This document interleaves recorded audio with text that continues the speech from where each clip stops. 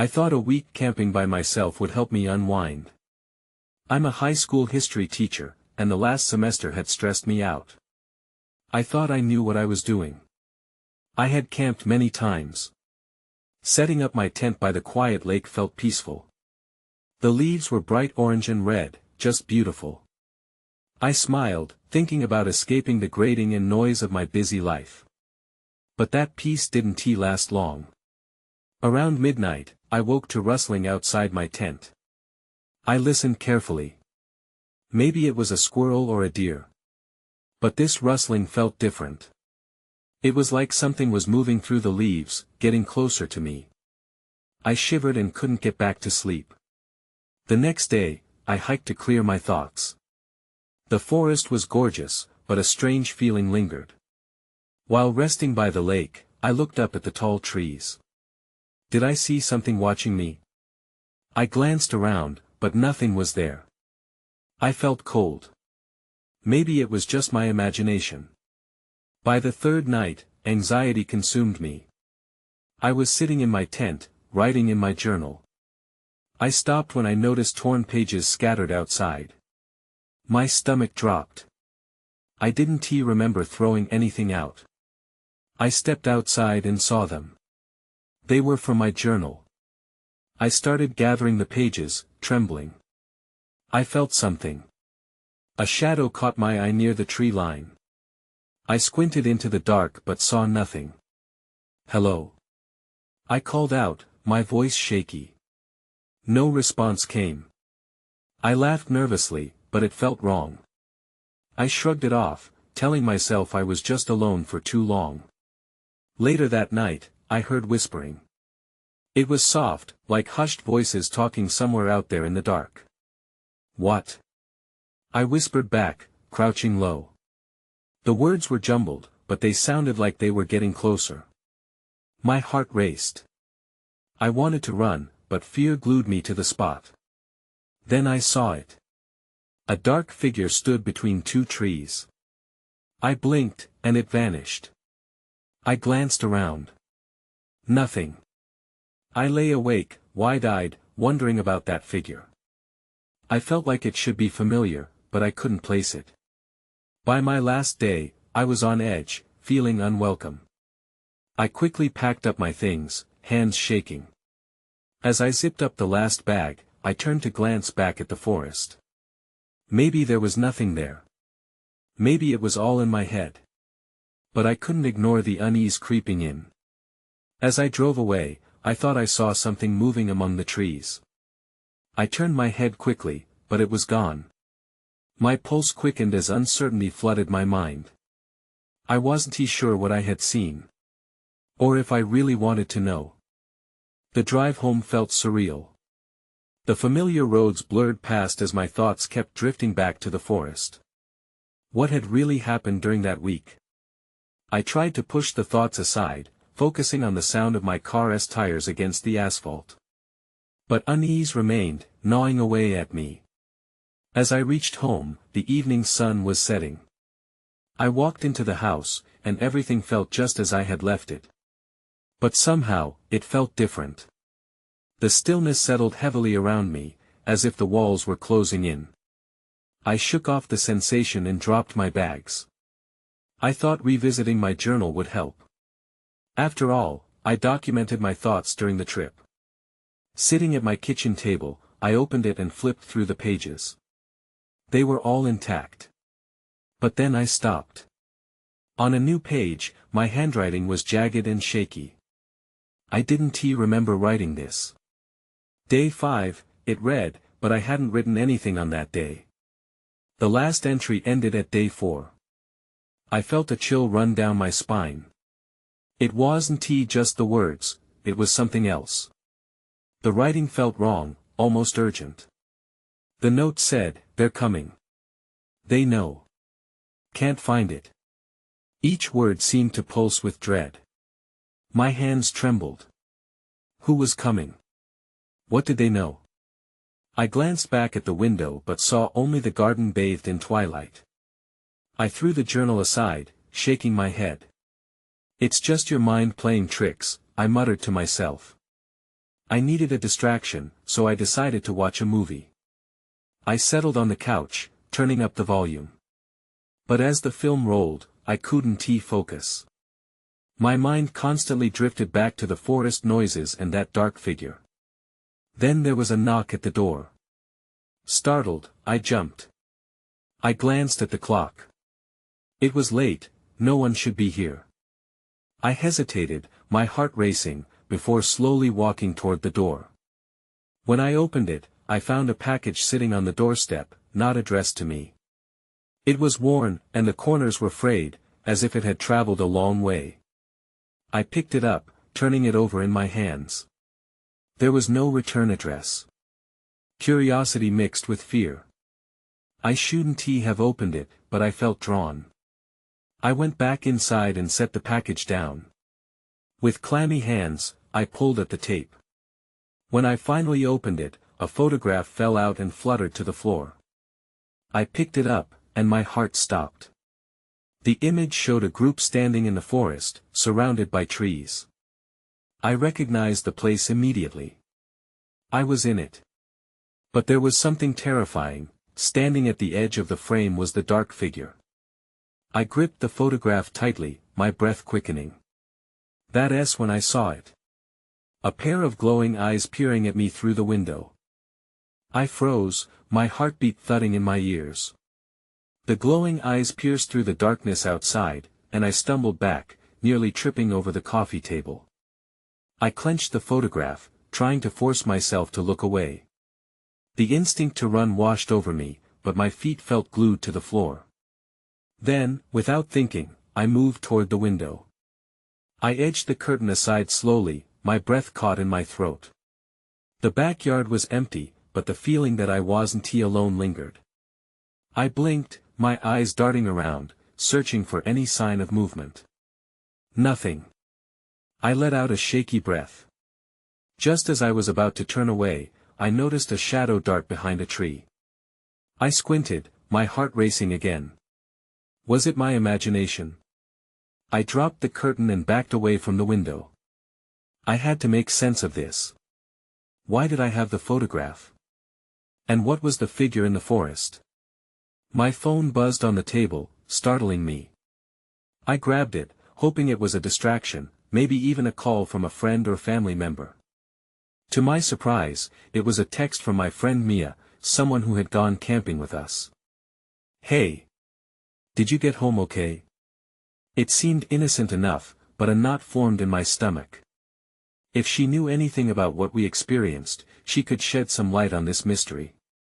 I typed back quickly, "I did, but something weird happened. Can we talk?"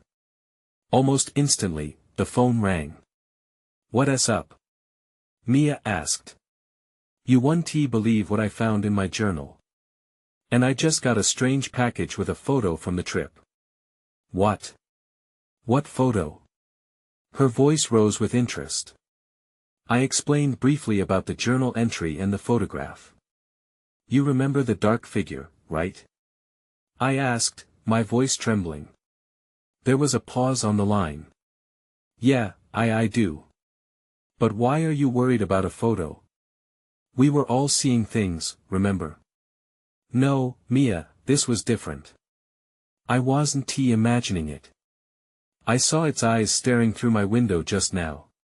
Another long silence. "Are you sure you weren't just tired? It's probably your mind playing tricks, like you said." "Maybe. I mean, I thought so too until I hesitated. Until I saw the figure in the photograph." "I'll be over in a bit," Mia said firmly. "We can figure this out together." I hung up, feeling both relieved and anxious.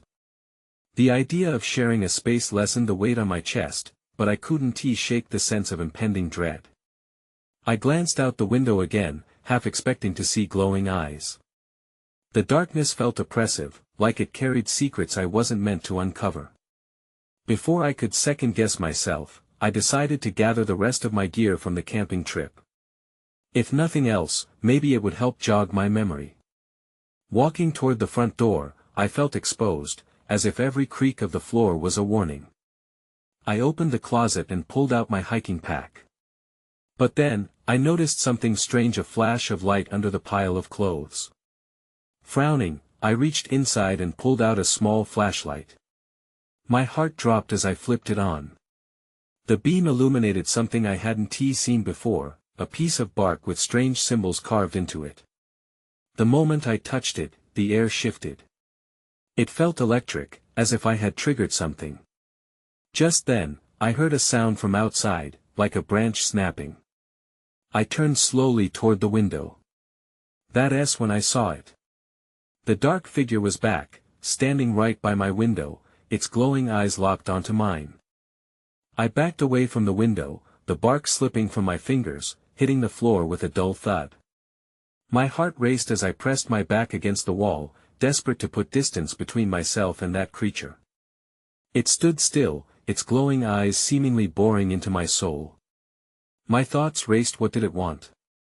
Was it watching me? I grabbed the flashlight and pointed it at the window, hoping the light would somehow ward it off. Instead, it seemed to deepen the shadows around it, making it harder to see. Then I saw it move. The figure shifted closer, its form melding with the darkness, but those eyes, those haunting, luminescent eyes, never left mine. I felt trapped, every instinct telling me to run. But I couldn't muster the courage to turn away from that window. Suddenly, my phone buzzed again, jarring me from my stupor. It was a message from Mia. "I'm outside. Let me in." Relief flooded me. I stumbled toward the door, glancing back at the figure one last time. It hadn't moved, but I couldn't shake the feeling that it was waiting. I opened the door, and Mia rushed in, her face flushed and concerned. "What happened? You look like you've seen a ghost," she said, shutting the door quickly behind her. "I think I might have," I replied, leading her back to the living room. "It's outside." "What do you mean?" She followed my gaze toward the window. "You're scaring me." "It was right there," I said, my voice shaking. "I saw it. I think it has something to do with the camping trip, the photo I got." I hurriedly recounted what had happened since she texted me. When I got to the part about the bark, Mia's eyes widened. "Symbols?" she repeated. "What kind of symbols?" "I don't know. I didn't get a good look before I dropped it," I admitted. "But when I touched it, something changed in the air." Mia reached for my pack, searching through it. "Maybe we should look for that bark again. I can help you search." I nodded, but as I was about to respond, we both heard a low growl outside. It sent chills down my spine. "What was that?" I asked, my voice barely a whisper. "Let us grab the flashlight," Mia suggested, her eyes wide with fear. I hesitated. "What if it sees us?" "We need to know," she said, her determination cutting through my fear. We walked cautiously back to the window, the flashlight illuminating the spot where the figure had stood. But it was gone. "Where did it go?" I murmured, scanning the yard. The oppressive silence pressed down on us. Then, without warning, the lights flickered. The power surged and then cut out completely, plunging us into darkness. The eerie quiet was shattered by a loud crash outside, like something heavy had fallen. I turned to Mia, panic rising in my throat. "What is happening?" And that's when I heard whispers. Soft, barely there, rustling through the air like leaves stirred by an unseen breeze. They danced around us, growing louder, turning urgent and desperate. "What are they saying?" Mia gasped, gripping my arm. "I don't know," I said, my heart racing again. I grabbed the flashlight and pointed it toward the door. "But we need to get out of here." Just as I reached for the door, it slammed shut with a violent bang, trapping us inside. I knew we had to leave the house, but the whispers only grew more frantic, urging me to listen to understand. The doorknob twisted under my grip, but it wouldn't budge. Panic clawed at my chest as the whispers crescendoed. They seemed to seep into my mind, wrapping around my thoughts like vines. "Mia!" I shouted, my voice cracking. "What do we do?" She looked pale, her eyes darting around the room. We can't stay here. We have to find another way out. I nodded, the urgency of her words kicking in. My mind raced, searching for alternatives. The window. It was too dangerous. The attic. We can check the back door. Another crash echoed outside, louder this time. I instinctively recoiled. What is out there? I whispered, feeling small in the face of this unseen threat. Mia turned back to the window. I'll look outside. No, wait. But she was already on her tiptoes, peering through the glass. What do you see? Her breath hitched, and her expression twisted with horror. It's not alone. What? What do you mean? I rushed to her side, squinting into the dark. I could barely make out the outline of trees, but then I saw more movement, shadows flitting among the trunks. There's more than one. I see eyes. My stomach dropped. How many? I don't know. She gasped, stepping back from the window. Her face was pale as she looked at me. We can't stay here. The whispers intensified, this time forming words that chilled me to the bone. Help us. The voice felt familiar, tugging at my memory. I shook my head, pushing past the creeping terror. Find something to break the door down. I suggested, my voice unusually firm. If the door didn't give, we needed a way out. Mia turned toward the living room. There should be something, an axe or a chair. I hurried after her, our footsteps echoing in the dim light. My heart pounded so fiercely it was all I could hear. I rummaged through the small cupboard under the sink while she searched the table. Here. Mia waved a metal chair in the air, her eyes wild. I'll go first. No, let me. I took the chair from her, feeling somewhat more empowered, though fear still gripped me. I swung at the door, the wood splintering slightly but not giving way. Again. Mia urged, her voice tremulous. I swung harder, adrenaline coursing through my veins. I felt the wood crack beneath the chair, just as another loud crash came from outside. What was that? I paused, fear creeping back in. It sounded like it's getting closer. She breathed. Hurry. I took a deep breath and swung again. This time, the door gave a little more. I was about to go for another hit when the whispers turned into panicked cries. Please.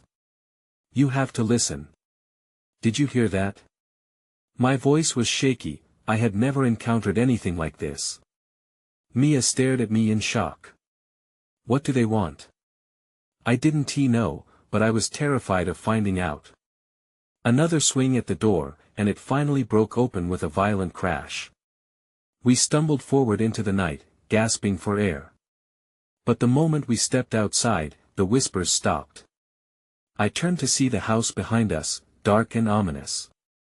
Then everything froze. In front of us stood the figure I had seen before, flanked by more shadows. Their glowing eyes watched us, waiting.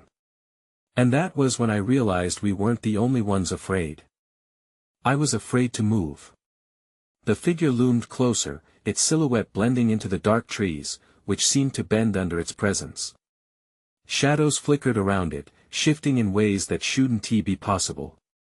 They were like creatures stretching and contracting, hungry for something, maybe for us. Mia, I whispered, trying to keep my voice steady.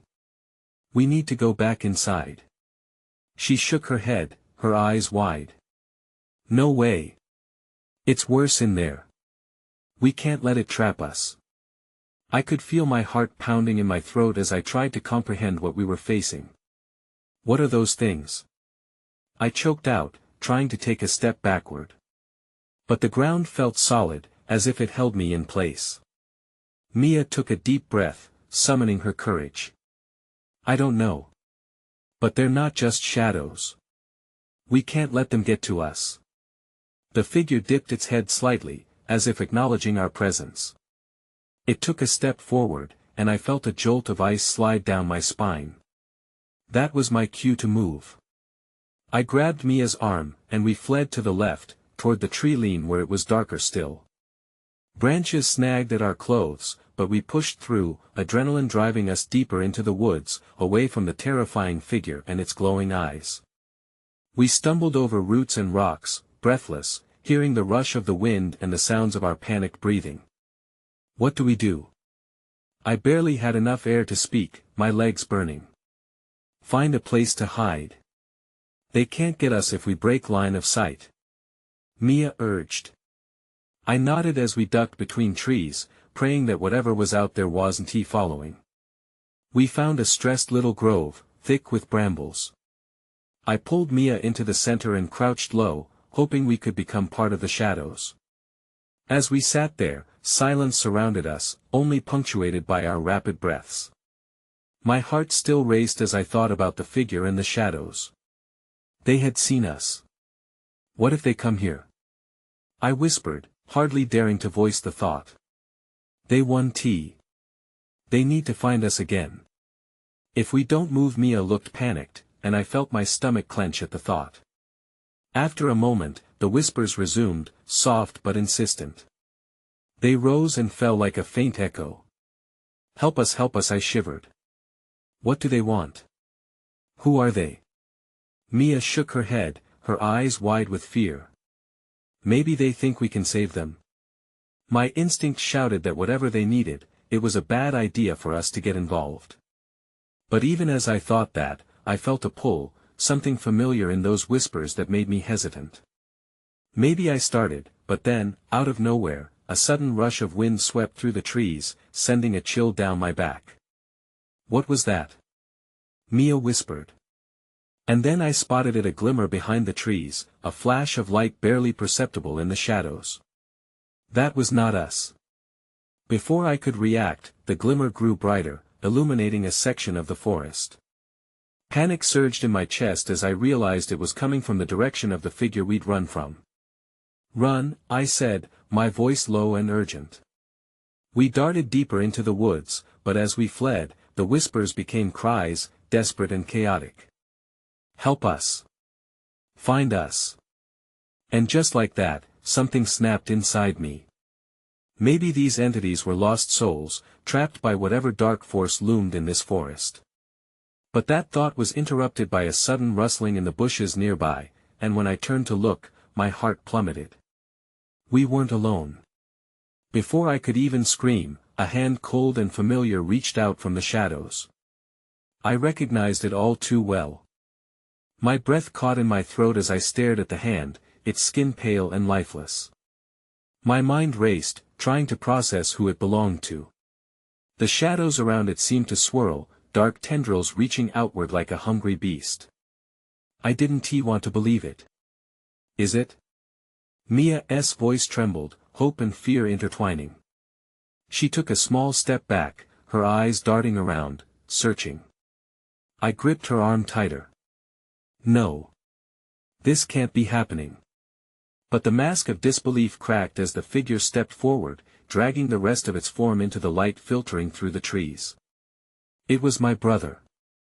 Or someone who looked like him. I could barely recognize the face, drained of color and twisted with despair. Help us, he murmured, voice echoing with that dissonant whisper we just heard. Mia's eyes widened in horror, and she pulled at my arm. We have to go. What if it's really him? I said, frozen in place. I wanted to reach out, to hold him. But something deep inside warned me to keep my distance. He took another step closer, and I noticed the shadows swirling around him became more pronounced, darker, almost alive with menace. You need to help us, he said, but the words felt wrong, laced with something sinister. Help us. Echoed the voices around me, a chorus of lost souls. It was a trap, I realized. I felt nauseous. Mia, let us go. I pulled her along, and we broke from our hiding spot, sprinting past the shadows that threatened to close in. The sound of leaves crunching underfoot filled the air, but behind us, the cries grew more frenetic, laced with desperate urgency. As we dashed through the trees, I could almost feel the cold presence reaching for us, grasping inches from our backs. "Just keep running," I shouted, my own voice a mix of fear and determination. "Where are we even going?" Mia yelled, her breath coming in ragged gasps. The forest felt endless, branches clawing at our clothes and skin. I didn't have a plan, I only knew we needed to get away from whatever was lurking in the shadows. I turned left, hoping to find some path or clearing, but every direction seemed like it would lead us deeper into darkness. Mia tripped and stumbled, nearly falling, but I steadied her. "We can't stop," I urged. "I see something," she yelled, pointing ahead. I squinted through the dimness and spotted a faint glow between the trees, unfamiliar but inviting. We headed for it, desperation guiding our steps. But as we neared, the air turned thick and heavy, charged with an energy that felt wrong, like stepping into a coiling storm. As we reached the source of the light, my heart sank. It was an old stone altar, covered in moss and etched with symbols I couldn't understand. And at its center lay the book, Mia whispered, her fear transforming into something else. I could hardly breathe as I stared down at the object. The whispers intensified, rising to a cacophony. "Find us. Free us. Do we open it?" My voice barely rose above the noise. I knew whatever this book held, it could lead us to answers, or it could end us. "I should look," I said, hesitating. But before I could act, the ground beneath us trembled, and shadows converged around the altar. "Mia!" I yelled, just as darkness swallowed us whole. And everything went dark. I gasped as I jolted awake, the rough ground digging into my back. My heart raced, pounding erratically in my chest. The darkness was thick, but a faint light flickered somewhere nearby. My mind scrambled to remember where I was and how I had gotten here. "Mia!" I called, trying to steady my voice. "Are you okay?" There was silence for a moment, and dread washed over me. Had we been separated? Panic gripped me. I pushed myself up, squinting around. The altar was gone, replaced by dense trees towering over us in a strange formation, their limbs twisting as if animated. "Right here." Mia's voice finally responded.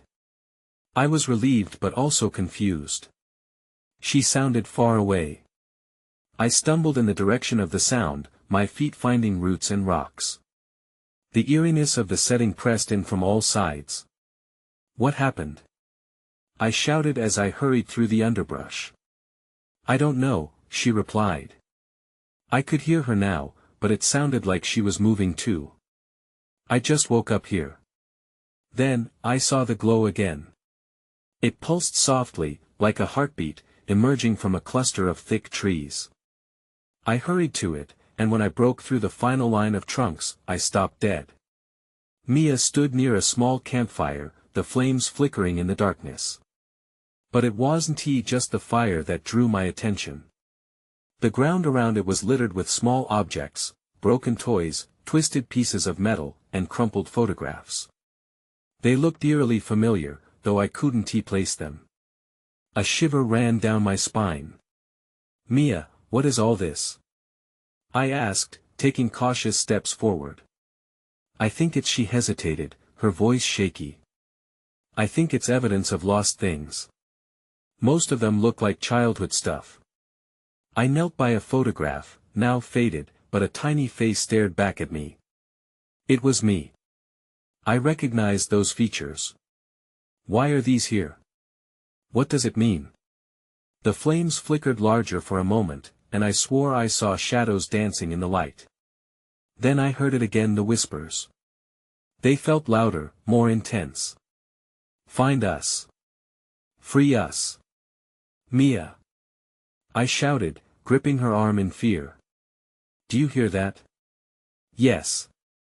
She looked terrified. "What do they want?" Before I could respond, the shadows thickened, and the air turned frigid. I could see shapes moving just beyond the light, blurring and bending like smoke. My heart raced as the reality of our situation settled over me. "We need to leave. Now." I pulled her along, backing away from the fire. But then a voice broke through the chaos, chilling and clear. You cannot escape. I froze, dread pooling in my stomach. The shadows writhed closer, resolving into forms that were just familiar enough to unnerve me.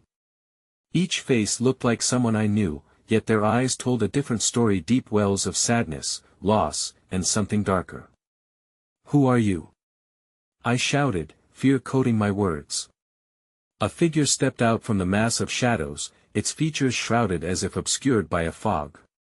We are the forgotten. You cannot leave until you face the truth. Mia, run! I yelled, but it was too late.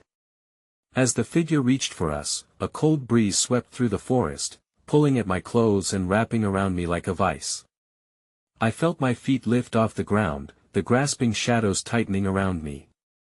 And then everything went black again, but this time I knew it wasn't an end. It was only the beginning. I opened my eyes again, surprised to find myself lying on soft grass instead of the rough ground. The air smelled fresh, devoid of the cold dread that had wrapped around me moments before. Still, confusion clouded my mind. I glanced around, but everything felt strange. Mia! I called, anxiety creeping up my spine once more. I pushed myself up, glancing about. This new place appeared to be a vast clearing, illuminated by beams of moonlight filtering through the treetops. Nighttime sounds buzzed around me, crickets chirping and leaves rustling, but I couldn't see Mia anywhere. Then I spotted her, sitting on a fallen log at the edge of the clearing. Her shoulders slumped. Mia! I rushed towards her, relief flooding over me as I neared. Mia, are you okay? I knelt beside her, noting the worry etched on her face. I don't know what just happened, she said, shaking her head. It felt like we were pulled somewhere. Do you remember the shadows? I asked, my heart racing as those cloaked figures invaded my thoughts. What did they want? It's like they were trying to tell us something, Mia replied softly. But it was all so overwhelming. I sighed and scanned the area. We need to keep moving. We can't just sit here. As we got to our feet, a chilling breeze swept through the clearing, making me shiver. But I felt something else, an unfamiliar sensation tugging at my mind, like a faint whisper echoing from the edges of memory. Did you hear that? I asked, trying to catch my breath. Mia furrowed her brow. Hear what? Whispers like before. They're faint, but I can almost make them out. It's south this place. She pointed to the nearby trees, their gnarled branches crookedly reaching out as if they were trying to warn us to stay away. I don't think we should be here. But curiosity gripped me. I turned my attention back to the edge of the clearing where the trees loomed. I noticed something glinting faintly in the moonlight deeper within the underbrush. Let us just check that out, I urged, moving forward before she could protest. Mia hesitated but followed me. We crept closer, and as we did, the whispers grew louder, morphing into urgent murmurings, a chorus of fragmented memories and voices calling out. As I approached the glinting object, I stumbled upon a small, tarnished locket half buried in the ground. I unearthed it, holding it up to the light.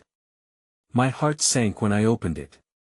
Inside was a photo of a little girl with bright eyes and a joy-filled smile. That looks like you, Mia whispered, and it hit me like a jolt. The girl looked familiar, but it wasn't just that. She looked like me. Before I could process it, I heard a voice, a soft, pleading whisper this time. Find us. Understand who we are. I turned to Mia, my voice shaky.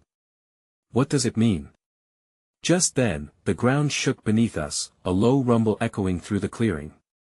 The shadows from earlier began to swirl once more, creeping closer as I felt the pull of something greater than fear.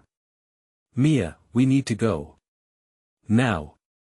I shouted, clenching the locket in my hand. But it felt as if the shadows were already claiming this space, ready to swallow us whole. We sprinted back toward the edge of the clearing, but before we could break free, a dark figure lunged forward, blocking our escape. My heart raced. I realized the truth was finally coming, but at what cost? I stumbled to a halt, gripping Mia's arm tightly as the dark figure loomed before us. Its glowing eyes pierced the veil of the night, and a flood of recognition washed over me. It was the same figure from the forest, from the photographs, and from my dreams. Mia, we can't let it trap us. I urged, looking around for an escape route, but the shadows began to close in, constricting like coils around us.